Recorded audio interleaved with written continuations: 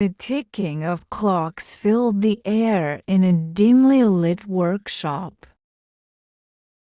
Oliver, a young apprentice, wiped his hands on his apron as he stared at the shelves crowded with gears, springs, and tools. The shop belonged to Mr. Alder, a master clockmaker who had taught Oliver everything he knew. It was a quiet, ordinary day, or so it seemed. While tidying a cluttered storage room in the back, Oliver stumbled upon an old wooden box covered in dust. Intrigued, he opened it carefully. Inside, he found a pocket watch unlike any he had ever seen. Its surface shimmered faintly in the dim light, and its numbers glowed softly. The craftsmanship was exquisite, almost otherworldly. Curiosity got the better of him, and he wound the watch. Suddenly, the world fell silent. The rhythmic ticking of clocks stopped. Outside, birds froze mid-flight, and even the breeze seemed to pause. Oliver's heart raced as he glanced around. "What just happened?" he whispered. His voice echoed eerily in the stillness. He held the pocket watch tightly, its glow seeming to pulse in response. Little did he know, this was only the beginning. Oliver stood frozen, his breath shallow, as he tried to make sense of the eerie stillness around him. The pocket watch felt heavy in his hand, its faint glow casting long shadows on the walls of the workshop. Every clock had stopped ticking, their hands frozen in place. He stepped outside cautiously, the wooden door creaking louder than usual in the silent world. The streets of the small town were motionless. A cart stood abandoned in the middle of the road, and a child reaching for a balloon looked like a statue. The quiet was deafening. That's when he saw it, a shadow moving along the cobblestones. Unlike everything else, it wasn't frozen.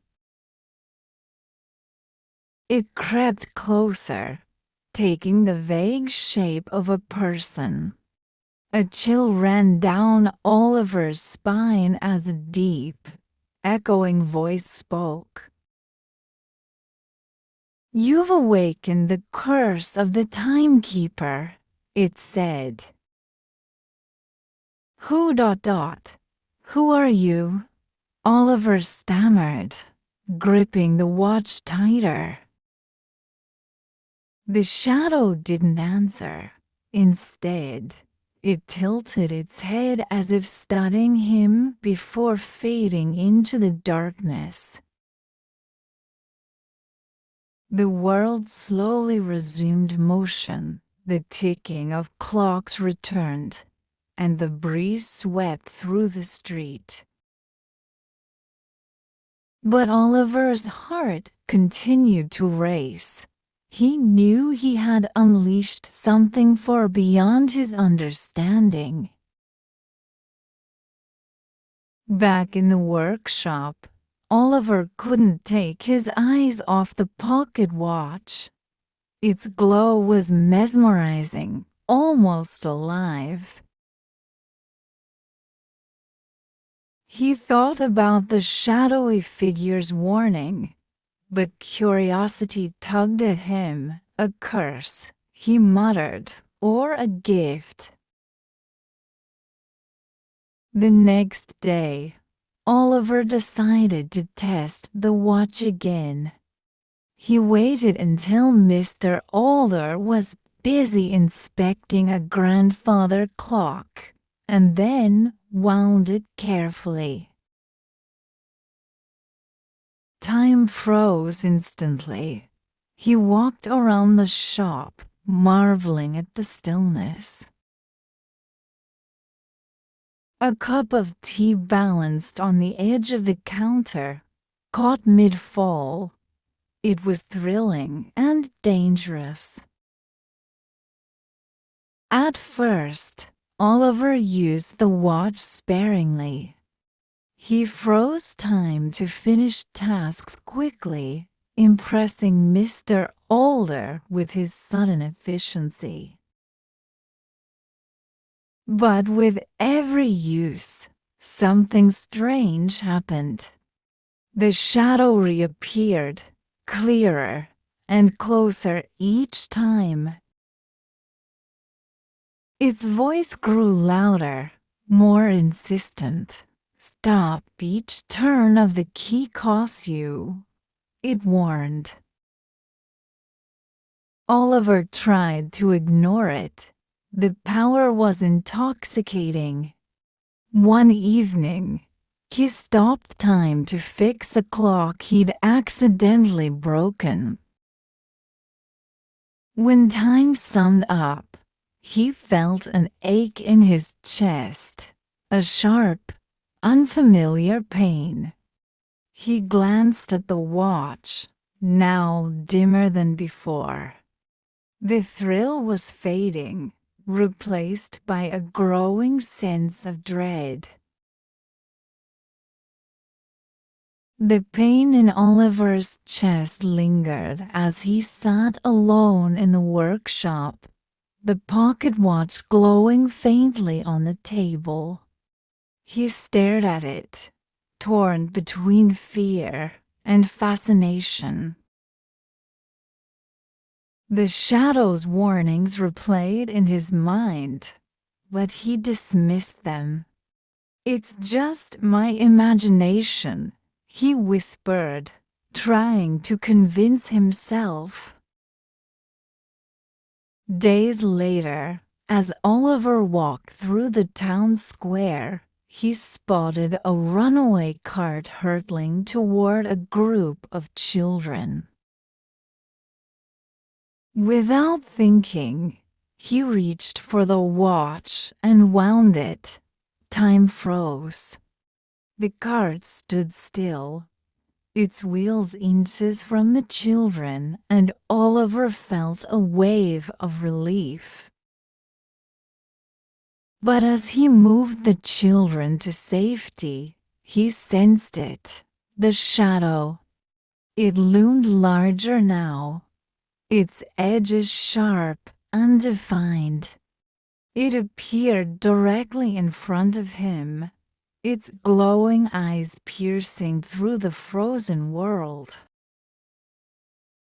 "You cannot escape the price," it hissed, its voice reverberating in Oliver's ears. When time resumed, Oliver collapsed to the ground, gasping for air. His hands trembled, and his energy drained faster than ever before.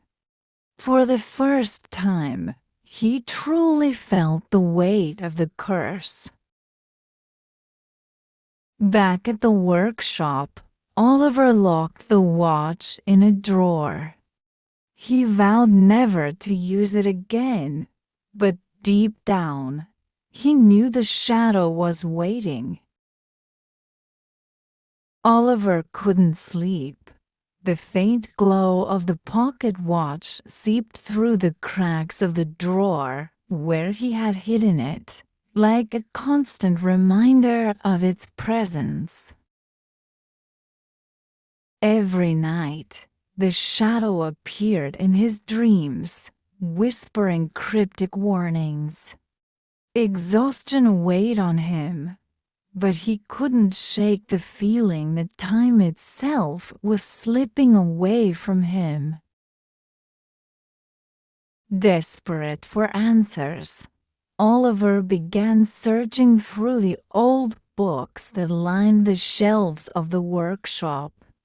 In a dusty tome titled The Legends of the Timekeepers, he found the story of the Cursed Watch.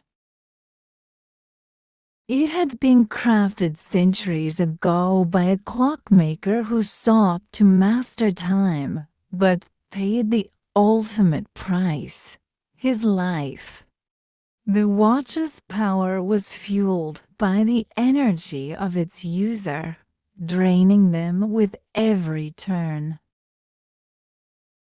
Oliver's hands trembled as he closed the book. He realized he had two options: destroy the watch and break the curse, or continue using it and risk losing himself entirely. The temptation to keep the power was strong. He thought of the lives he could save, the mistakes he could undo. But the shadow's words echoed in his mind: "You cannot escape the price." With a heavy heart, Oliver made his decision. He grabbed the watch and a heavy hammer from the workbench. It was time to face the shadow and end the curse once and for all.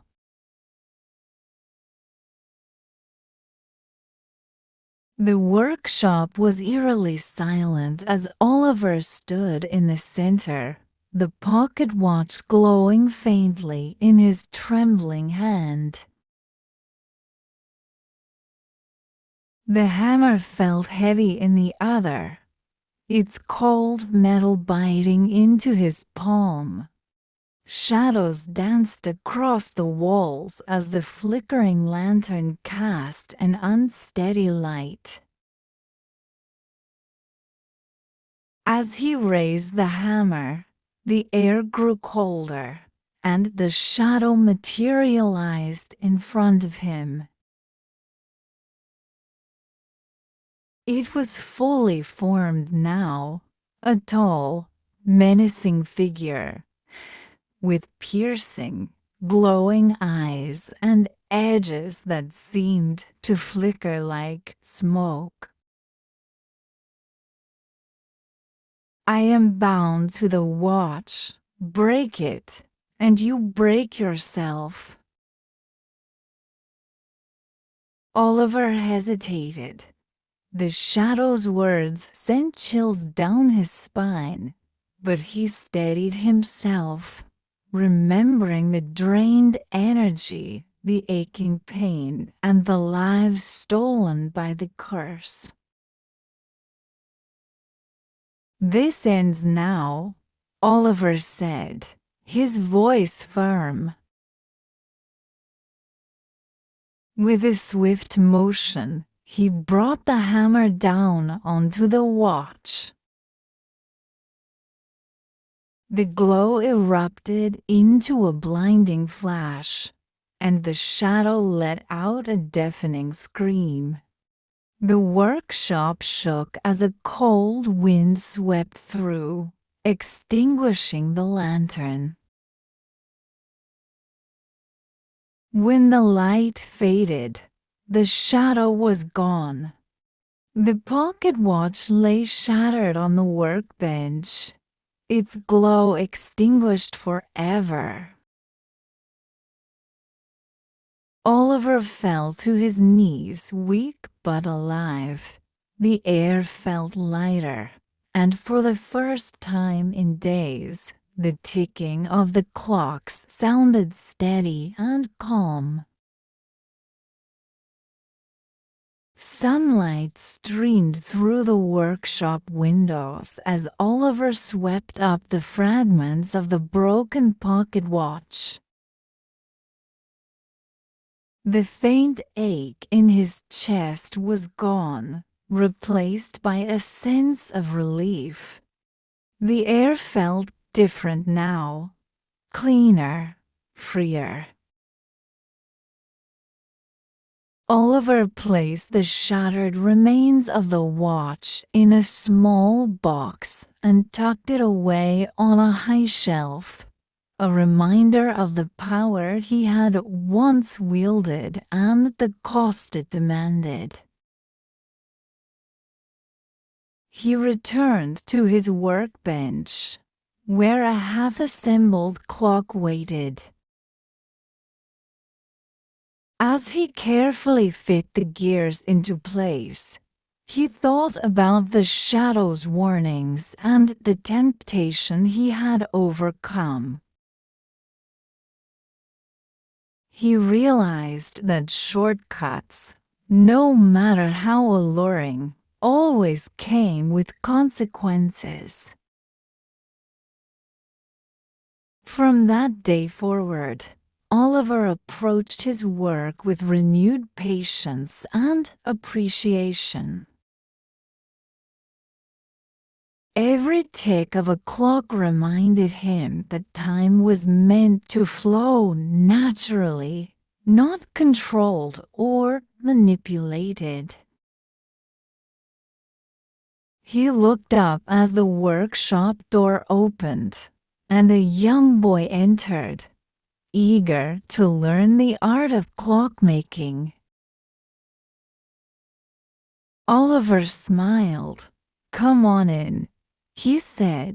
"Let me show you where to start." Though the curse was gone, its lesson remained. Time was precious, and Oliver vowed never to take it for granted again. I hope this story was an invitation to face your challenges. What did you think? Comment or share. If it makes sense to you, sign up to continue learning together.